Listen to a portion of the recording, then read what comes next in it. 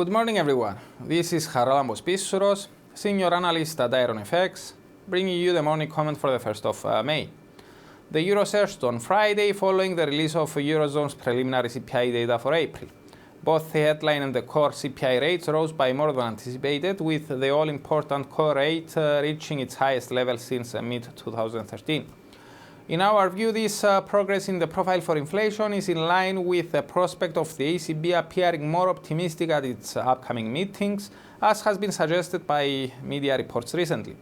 Speculation on this subject could keep the euro supported in the near term, but we think that the main determinant of the bank's language at the June meeting will probably be the CPI data for May, due to be released on the 31st of the month.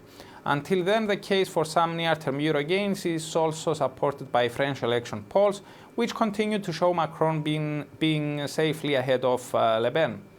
Euro-dollar spiked higher on Friday after Eurozone's CPI data came out. Nevertheless, the rate hit resistance slightly below the 109.55 hurdle, and then it pulled back. Even if the rate continues to retreat for a while, we still believe that the outlook is cautiously positive. The pair continues to trade above the prior downtrend line taken from the peak of the 3rd of May 2016, and also above the upside support line drawn from the low of the 3rd of January. Now moving to Australia, during the Asian morning Tuesday, the RBA will announce its rate decision. When they last met, policymakers highlighted the softness in labour market indicators and that the recently announced supervisory measures with regards to lending could ease financial stability risks. Back then, this led us to understand that once these measures take effect, officials would be more flexible to cut rates again if needed. Nevertheless, expectations are for no action at this gathering, a view that we share.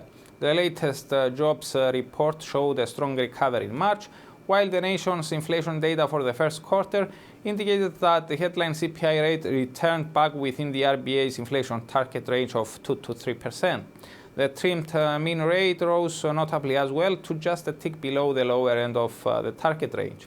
With this in mind, we think that the statement accompanying the decision may be relatively more upbeat than previously, something that could reverse some of the Aussie's recent losses. Aussie dollar traded somewhat higher on Friday, and during the early European morning Monday, it is testing the 0.7490 resistance level. A somewhat more optimistic statement tonight could encourage the bulls to overcome that barrier and perhaps set the stage for extensions towards the next resistance of 0.7520.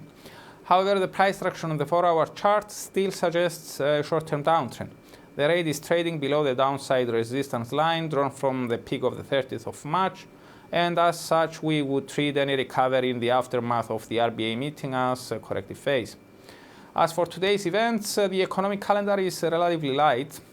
Markets will remain closed in the UK, Germany, France, Switzerland, Sweden, and Norway in celebration of the Labor Day.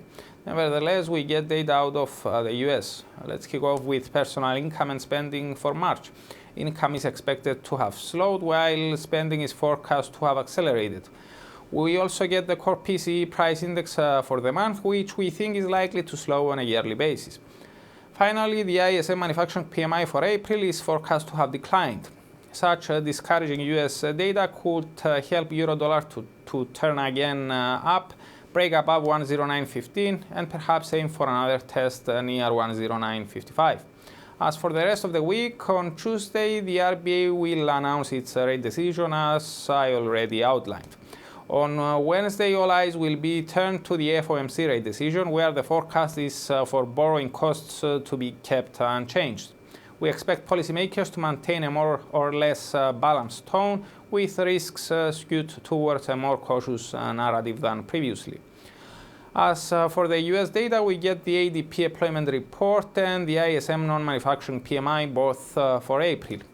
On Thursday, the Norges Bank decides on interest rates, and then on Friday, the main event will be the US employment report for April. Canada jobs data for the same month are also due out. For more information, please read the full comment on IronFX.com or download our app and get all the information you need to trade. Also, you can follow us on Twitter, like us on Facebook, subscribe to our YouTube channel, or circle us on Google Plus to get more trading ideas. This is Charalambos Pissouros, Senior Analyst at IronFX, wishing you solid trading.